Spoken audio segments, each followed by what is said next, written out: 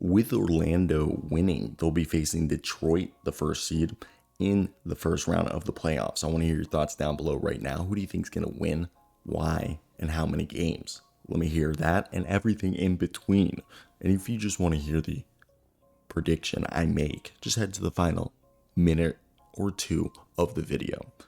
Detroit enters this series as the clear favorite, and the numbers back that up. Just like you subscribing gets us closer to 20,000, and I can't get there without your help, so it'll mean a ton.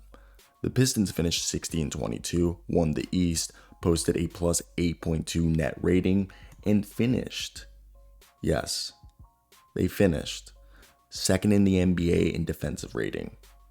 Orlando had a 45-37 rating or record with a net rating of plus 0.6 and a bottom half offense at 114.9. The Magic did beat Detroit twice in 4 regular season meetings, including a 123-107 win on April 6th. The case for Detroit starts with the balance, the consistency. The Pistons score almost 118 points per game, allowing just under 110 a night. They shot 48.5% from the field, grabbed almost 46 rebounds per game, and ranked first in the league in both steals at 10.4 and blocks at 6.4 per game. They pressure the ball, protect the rim, and create extra possessions. Detroit also finished third in Basketball Reference's simple rating system, and that just goes to show they're not like a fluky 60-win team. Their MVP, who is an MVP candidate, regardless that he's not going to win, I think he'll get a vote at least, or a couple. Kate Cunningham drives everything. 24 points, 10 assists, 5.5 rebounds. And he gives Detroit the best shot creator, best player, superstar, and table setter in the series. Orlando has good size on the perimeter, but Cade's ability to control tempo, get to 25 points every night, and generate offense for everyone else while also playing defense gives Detroit the cleanest late game advantage. Detroit also has a strong interior edge with Jalen Duren in his ISO kind of like crossover, break them down type game where he averaged 20 points, almost 11 rebounds, shot 65% from the field. He punishes switches, dominates the glass, and gives Detroit a physical advantage inside. Now he is dealing with a knee injury, and if that limits him, Beef Stew and Paul Reed, B-Ball Paul, still give Detroit a reliable front court. Beef Stew posted 10 points, 5 rebounds, 1.6 blocks per game off the bench, while B-Ball Paul delivered 8 points, 4.5 boards in just 14 minutes. Detroit's supporting cast fits and complements Cade very well. JB Bickerstaff's a good coach, and Duncan Robinson had a huge shooting year, hitting 41% from 3 on 7 attempts a game. Tobias Harris added 13 points, shooting 47% from the field, 37% from 3. And the thing with Tobias Harris is he can scale up still. It's not like he's incapable of doing what he's done in the past. The past 2 years, he's been this 13, 14 point per game scorer for the Pistons. But with the Sixers, he was a 17 point per game scorer the last couple of years. And obviously, prior to that, he was a 20 point per game scorer. While Asar Thompson brings defense, energy, and transition offense that'll pressure the defense of Orlando. He averaged 10 points, 6 rebounds, 3 assists, 2 steals, and a block a game. The combo of playmaking, spacing, rim pressure, and defense is why Detroit finished top 3 in both overall record and defensive efficiency across the association. Orlando still has pathways to make this competitive. Paolo Banchero averaged 22 points, 8.5 rebounds, 5 assists. Franz Wagner still there. Desmond Bane's another high-level scoring threat with 20 points, 39% from 3 on a high volume. That three-headed monster gives Orlando a trio of offensive talent to steal games if it can force Detroit into half-court shot creation and keep the turnover battle close. The issue for Orlando is that the team is much less convincing when you look at Detroit on paper. The Magic ranked 19th in offensive rating, 24th in three-point makes, 27th in 3-point percentage, and 25th in turnovers forced on defense. They got to the line at a good rate and led the league in free throws made and free throws attempted per game, but against a Detroit defense that's disciplined and ranked third in opponent field goal percentage at 44.3% and first in forced turnovers at 17 per game, Orlando will have much smaller margin for error. Detroit should also feel comfortable with Orlando's shot diet. The Magic shot 46.4% from the field, 34% from three as a team. Paolo Banchero shot just 30.5% from deep. Anthony Black, 33%. Jalen Suggs, 33%. Franz Wagner and Bane can punish the gaps. And so can Tristan Da Silva, who shot 37%. But Orlando doesn't have enough high volume shooters to fully stretch the floor. And that's where I think this gets like incredibly interesting as you look at the teams and you think, well, who's going to be able to stop them? I guess who's going to be able to shoot those threes? My apology, stop them in a perimeter shooting or like a shootout as I blink. Basically, if the Pistons and the Magic get into a shootout, and the Pistons aren't a good 3-point shooting team, but that's how bad the Magic are at 3-point shooting, that the Pistons' biggest weakness is actually maybe a strength against them. So that'll be interesting to see how that all ends up happening. And yeah, I want to hear your guys' opinion before we continue. Who is your expectation on the Magic and what they should do, as it'll be an interesting game?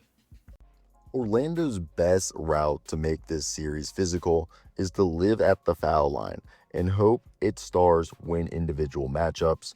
Banchero, Franz Wagner, Desmond Bane are all players who have the possibility of doing that in stretches, with Franz being a good slasher, Paolo Banchero being a guy who we've seen in the playoffs elevate his game, Desmond Bane shooting a true shooting of almost 61%.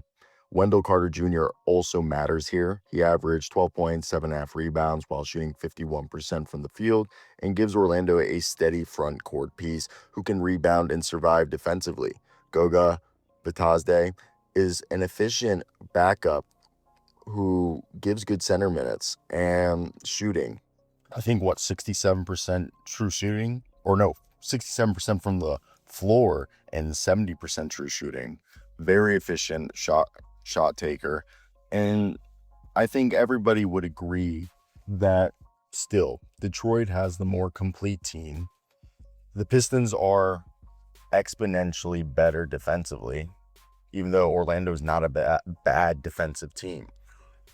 The Detroit Pistons are better on the glass. They're more explosive in transition, and they're deeper in terms of two-way contributors who can actually play in a playoff setting.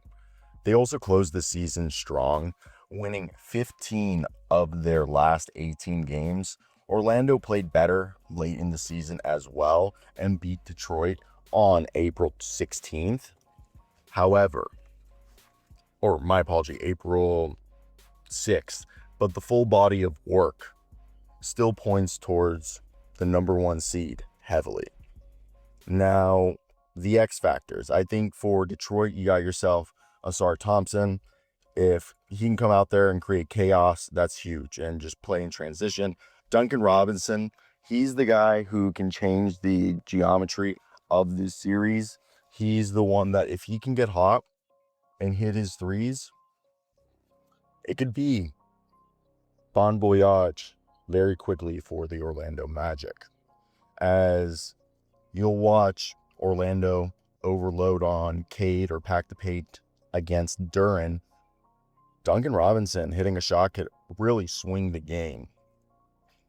Orlando, Franz Wagner, he only played 34 games, but his numbers were excellent when he did play. 21 points, 5 rebounds, 3.5 assists, and it gives Orlando a second high-level creator next to Paolo every night, who can also be a really good defender. This allows them to keep Detroit's defense from loading up and basically eliminating Desmond Bane or Paolo Banchero single-handedly. And I really think Jalen Suggs / Anthony Black are two guys who are going to have to put in their money in terms of point of attack defense against Cade Cunningham, Danis Jenkins, and the rest of the guys. As Jalen Suggs got average 14 points, 5.5 assists, 2 steals almost. Orlando needs his point of attack defense on Cade and his secondary playmaking. I mean, I feel like he's more of a primary playmaker. If he can hit enough threes and keep Cade from dictating the series, Orlando has a chance to extend it. Detroit's probably going to run Cade, Duncan, Asard, Tobias, Jalen, Danis, Beef Stew, Karis LeVert, Paul Reed, Ron Holland. If Duran's knee becomes a bigger issue, Beef Stew and Paul Reed will become even more important. Detroit could lean more on Jenkins or wing heavy if their three-point shots aren't falling with Mr. Duncan Robinson. Jalen Suggs, Desmond Bane, Franz Wagner, Paolo Banchero, Wendell Carter Jr., Anthony Black, Tristan Da Silva, Gogo Batazde, Javon Carter is more than likely going to be their rotation. Maybe some Jonathan Isaac. I know he's dealing with knee issues. And if he's available, he gives them a defensive, like, Swiss Army knife that could be an ace up their sleeve in maintaining and keeping the Pistons at bay. So that's one to consider. Detroit has the best player in the series from just on paper and in general. Cade Cunningham is an MVP candidate. They're stronger defensively, they're deeper in the front court, and they have a better team identity.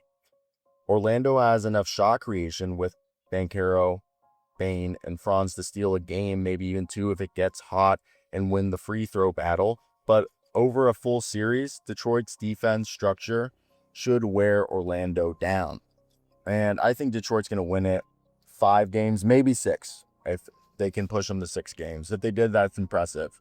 So I want to hear your guys' thoughts down below in the comments section. What do you guys expect and why? Peace.